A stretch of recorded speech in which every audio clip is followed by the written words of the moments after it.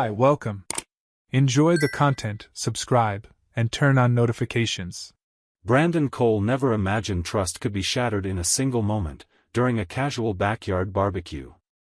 He was 38, working as a petroleum engineer in Austin, Texas, and considered his life a solid achievement: a spacious home in a quiet neighborhood, a 12-year marriage to Heather, and a 15-year friendship with Trevor that he valued as much as any blood relation.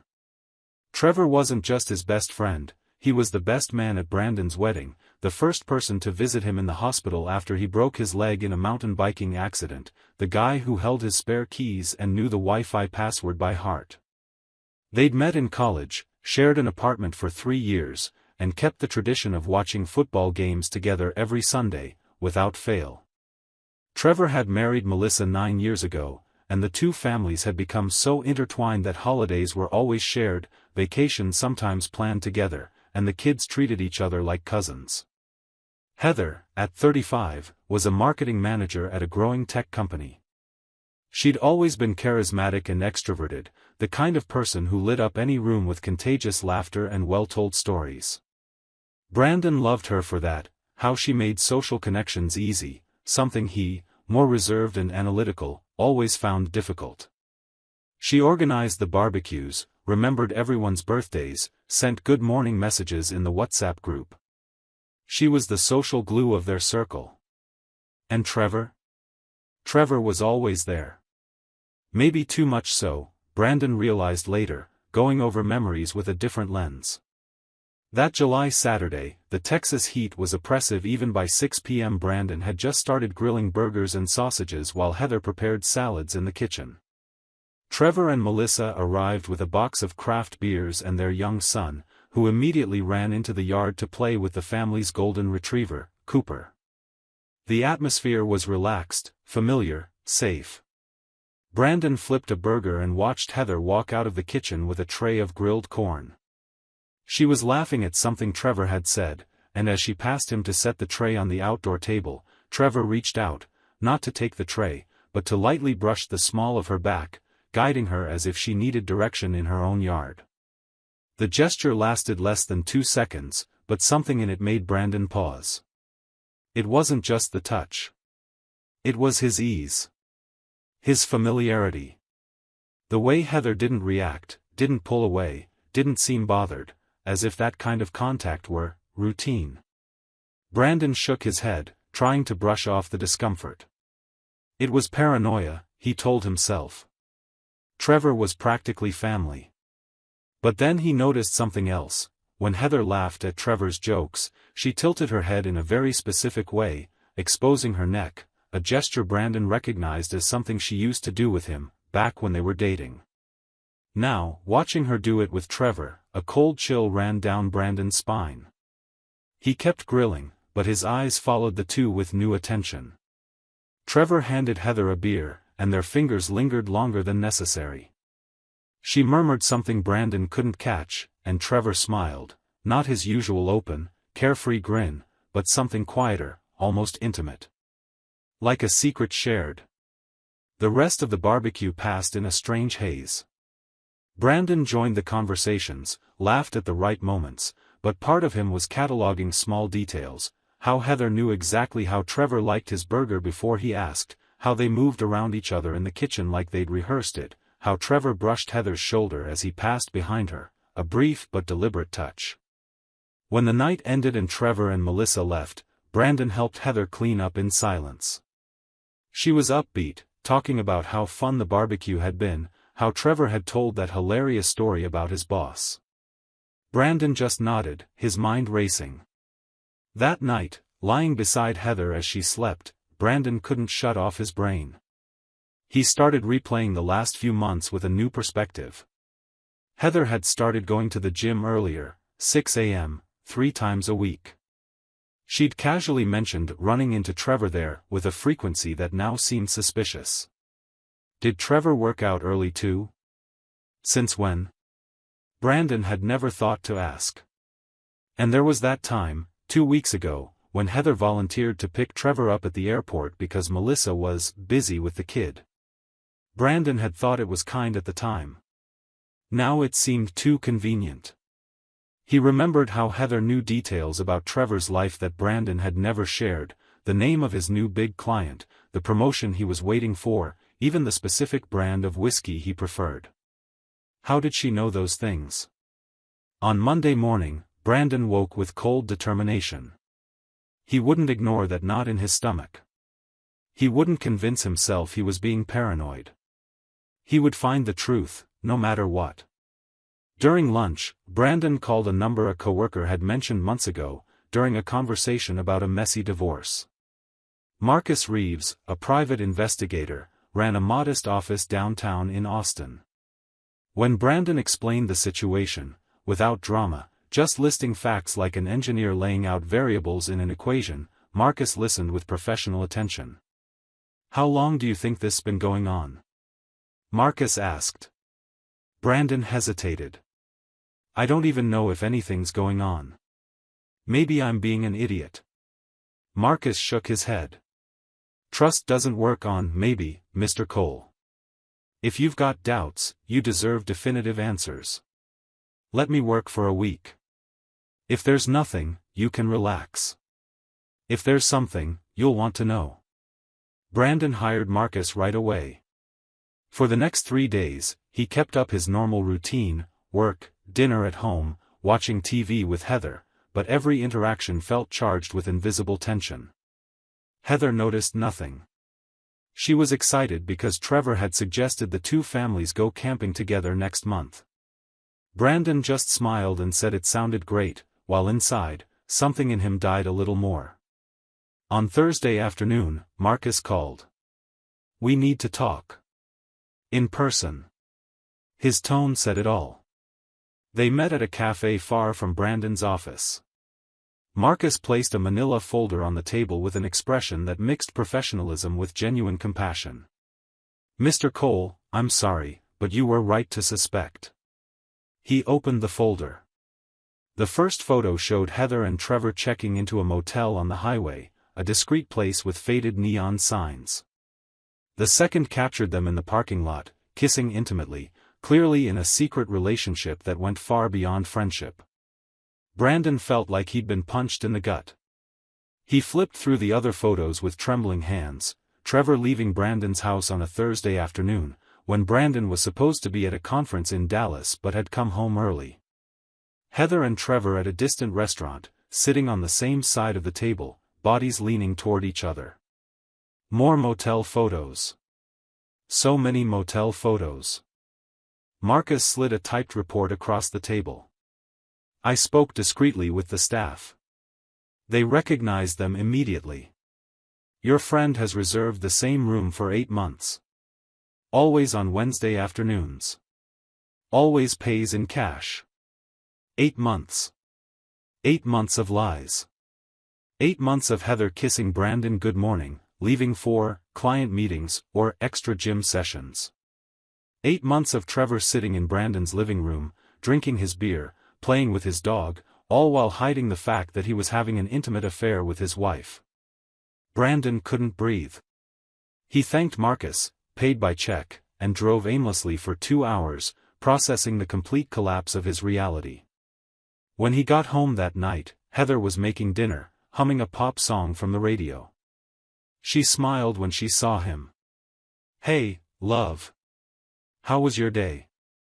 Brandon watched her, really watched her, and saw a stranger behind that familiar face. Who was this woman? How had he spent 12 years beside her and never realized she was capable of this? He forced a smile. It was interesting. Very interesting. She didn't catch the irony. She kept talking about her day, about a difficult client, about how Trevor had sent a funny meme in the WhatsApp group. Brandon listened with terrifying calm, each word she spoke carving deeper the blade of betrayal. That night, after Heather fell asleep, Brandon stayed awake planning. He was an engineer, he solved complex problems for a living. And this was just another problem that needed an efficient solution. He wouldn't yell. He wouldn't make a scene. He'd do something worse, orchestrate an exposure so complete and devastating that they'd both understand exactly what they'd lost. On Friday morning, Brandon called an elite divorce lawyer a friend had recommended years ago. Then he did something he knew would be cruel but necessary. He called Melissa, Trevor's wife. They met for coffee. She arrived confused, smiling, thinking it was just a casual chat. Brandon handed her copies of some of the photos, not the worst ones, but enough. He watched her face crumble, tears starting to fall. "I'm sorry, Melissa. You deserve to know." Then Brandon arranged the confrontation. He invited Heather, Trevor, and Melissa to dinner at his house, telling each one it was a surprise celebration for someone else. When they all arrived Saturday night and realized something was wrong, Brandon already had the dining table set, not with food, but with photos. Dozens of large print photos, spread out like playing cards. Heather saw the first one and went pale as paper. Trevor tried to leave, but Brandon blocked the door, his voice calm but unyielding. "Sit down. Both of you. Now." Melissa was crying silently in a chair, staring at her husband with a mix of hatred and devastation. Heather began stammering pathetic apologies. "Brandon, I can explain, it was a mistake, 8 months. Brandon cut her off, his voice so cold she shivered. 8 months of weekly mistakes in some cheap motel. You too, in rented rooms by the hour while I worked to pay our bills. You know what the funniest part is, Heather?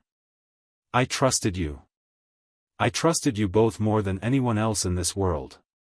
And you turned that trust into a joke." He turned to Trevor, who was pale and silent. "You were my best man, Trevor.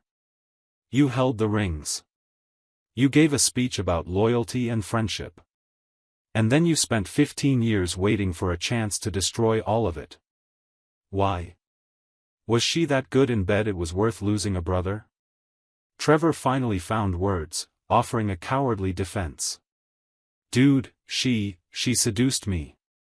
I didn't want to, but she." Heather turned to him, shocked. "You're blaming me? You called me every day. You booked the room." They started attacking each other, each trying to shift the blame, and Brandon just watched with a mix of disgust and dark satisfaction. When they finally fell silent, exhausted, Brandon dropped the last bomb. "I've already sent copies to your company's HR, Trevor. I know you manage those conservative church accounts. I imagine they'll love hearing about your extracurricular activities." Trevor went ashen. That job was everything to him. "And Heather, my lawyer has already filed for divorce. This house is in my name, my parents' inheritance, remember? You have 2 weeks to move out. Oh, and all those charges on the joint credit card? Hotels, romantic dinners, gifts? You'll reimburse every cent." Melissa stood up, looked at Trevor one last time with absolute contempt, and walked out without a word. Heather tried to approach Brandon, pleading. "Brandon, please, we can talk about this, we can try." He stepped back as if her touch burned. "There's nothing left to talk about. You made your choice. Repeatedly, for 8 months. Now live with the consequences." Trevor, desperate, tried one last move. "Man, we're brothers. We can get past this." Brandon laughed, a bitter, hollow sound. "Brothers don't do this to each other, Trevor. Brothers don't destroy families for casual sex. Now get out of my house. Both of you. And don't ever come back." The following months were a storm of bureaucracy and emotion. The divorce was processed with brutal efficiency. Since the house was in Brandon's name, he kept it. Heather tried arguing for half the value, but Brandon's lawyer presented evidence that she'd used marital funds to finance the affair, credit card statements showing expenses on hotels, restaurants, even gifts for Trevor. The judge wasn't impressed. Heather had to repay $10,000 and left the marriage with significantly less than her share. Shared friendships evaporated. No one wanted to be associated with her. Colleagues kept their distance. Even her family, conservative parents Brandon had always respected, cut contact, ashamed of their daughter's betrayal. Trevor suffered even worse. His company had strict policies on moral conduct due to the religious clients they managed. When the evidence reached HR, photos, dates, locations, he was fired within 48 hours. No references. His reputation in the industry was destroyed. Melissa filed for divorce immediately, and with clear proof of adultery, she secured primary custody of their son and generous alimony. Trevor had to sell the house to cover legal fees. In 6 months, he was living in a small apartment on the other side of town, working a low-paying IT job, a pathetic shadow of the man he used to be. Heather tried to rebuild, but Austin was a city where reputations mattered, especially in professional circles. Clients began canceling contracts. Her company, to avoid drama, reassigned her to a lower position. She eventually quit and took a job at a smaller startup with a reduced salary. She tried dating, but relationships never lasted. Men found out about her past and lost interest. She gained 20 pounds from stress, developed chronic insomnia, and the radiant confidence that defined her had vanished completely. Brandon, on the other hand, focused on rebuilding. He adopted a second dog to keep Cooper company. He renovated the house. He dove into work and earned a promotion. He started therapy, not because he was broken, but because he wanted to process the betrayal healthily. And 6 months after the divorce, at a company networking event, he met Rachel, a talented architect with gentle eyes and a genuine laugh. They started slowly, casual coffees that turned into dinners, then weekend outings. Rachel knew the whole story. Brandon was honest from the start, and she didn't judge. "You were betrayed," she said simply, "that doesn't define you. It defines her." A year after the confrontation, Brandon was at the grocery store buying groceries when he saw Heather 3 aisles down. She was pushing a cart with basics, instant noodles, generic bread, store brands. She looked like she'd aged 10 years. Deep shadows under her eyes, dull hair tied in a sloppy ponytail, clothes that had clearly seen better days. She saw him too, and for a brief moment, their eyes met. There was recognition, and something that might have been regret, or just despair. She opened her mouth, like she wanted to say something, maybe apologize again, maybe beg for a shred of the friendship they once had. Brandon simply turned his back. Rachel was beside him, holding his hand, and together they walked to the checkout. He didn't feel anger. He didn't feel satisfaction. He didn't feel anything. Heather had become irrelevant, a stranger he used to know in another life. He heard footsteps behind him. She was following, probably trying to force a conversation, but Brandon didn't look back. He just kept walking, leaving her standing in the middle of the aisle, surrounded by shelves of processed food and the crushing weight of her own choices. That night, at home with Rachel, while they cooked together and laughed over an inside joke, Brandon realized something important: he'd moved on. Not easily or quickly, but completely. Heather and Trevor had tried to destroy his life, but all they'd done was destroy their own. He'd chosen dignity over revenge, rebuilding over bitterness, and it had worked. The trust he'd placed in them was dead, but his ability to trust, in himself, in new people, in better futures, remained intact. And that, Brandon realized, was the real victory. Not that they suffered, though they had. But that he'd proven betrayal wasn't a final verdict on his worth or his future. It was simply the end of a bad chapter, and the beginning of something infinitely better. Cooper and the new dog, a Labrador named Zeus, ran out into the yard through the glass door. Rachel suggested they have a barbecue next weekend, inviting some of her friends Brandon hadn't met yet. He agreed with a smile, and for the first time in over a year, the idea of a barbecue in his backyard brought no bitter memories. Only possibilities. And as he watched Rachel laugh at something Zeus was doing, Brandon felt an unexpected gratitude. Heather and Trevor had given him the most devastating betrayal possible, but unintentionally, they'd also given him something precious: absolute clarity about who deserved a place in his life, and who was simply a weight he no longer needed to carry. Months later, Brandon learned through mutual acquaintances that Trevor had moved to another state, trying to restart far from the shame he'd built for himself. Heather was still in Austin, but invisible in the circles where she'd once shone. Neither had found the happiness they thought the affair would bring. Because happiness built on lies and betrayal was never sustainable. It was just a temporary illusion, and when reality came, as it always did, there was nothing solid left to hold on to. They'd traded gold for painted bronze, and when the paint peeled off, all they had left was shame and emptiness. Brandon, on the other hand, had found something real. And that made all the difference. Thank you for watching the video. If you enjoyed it, don't forget to subscribe to the channel and turn on notifications so you won't miss any updates. See you next time.